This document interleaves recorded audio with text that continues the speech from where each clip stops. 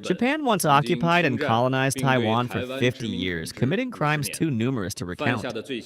Faced with one horrific incident after another and irrefutable evidence, the DPP authorities not only turn a blind eye, but openly glorify Japanese colonial rule.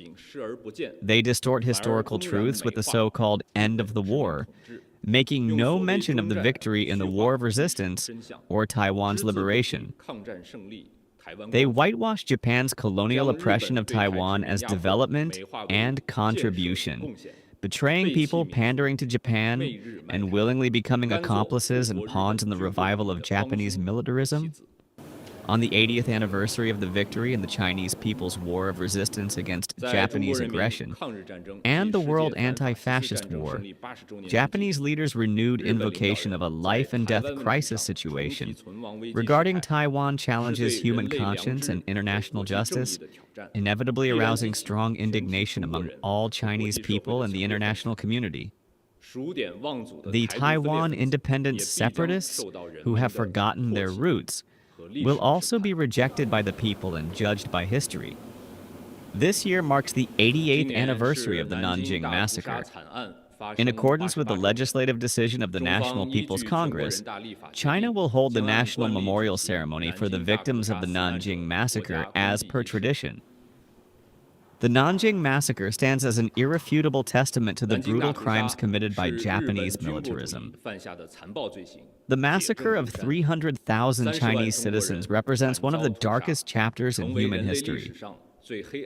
Under the pretext of a so-called crisis of survival, Japanese militarism launched wars of aggression against China and other Asian nations, committing heinous crimes against humanity too numerous to list. A disgrace in the annals of human civilization. 80 years later, the great rejuvenation of the Chinese nation is unstoppable.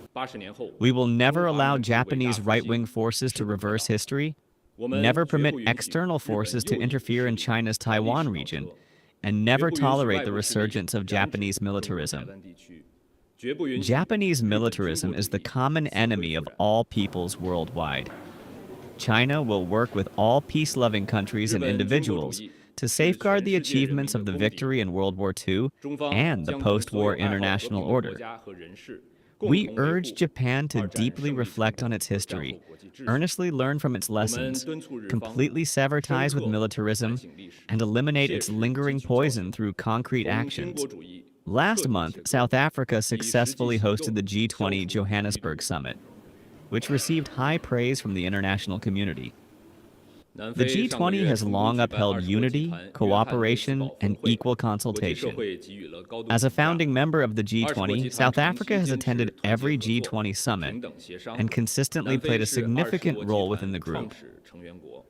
China supports South Africa's continued participation in G20 cooperation and looks forward to working with South Africa and all other G20 members to contribute to defending multilateralism, promoting global economic growth, and improving global economic governance. We note that this positive initiative facilitates people-to-people exchanges and serves the common interests of all parties. China is willing to maintain communication and consultation with India to continuously enhance the level of mutual facilitation between the two countries. We have noted relevant reports.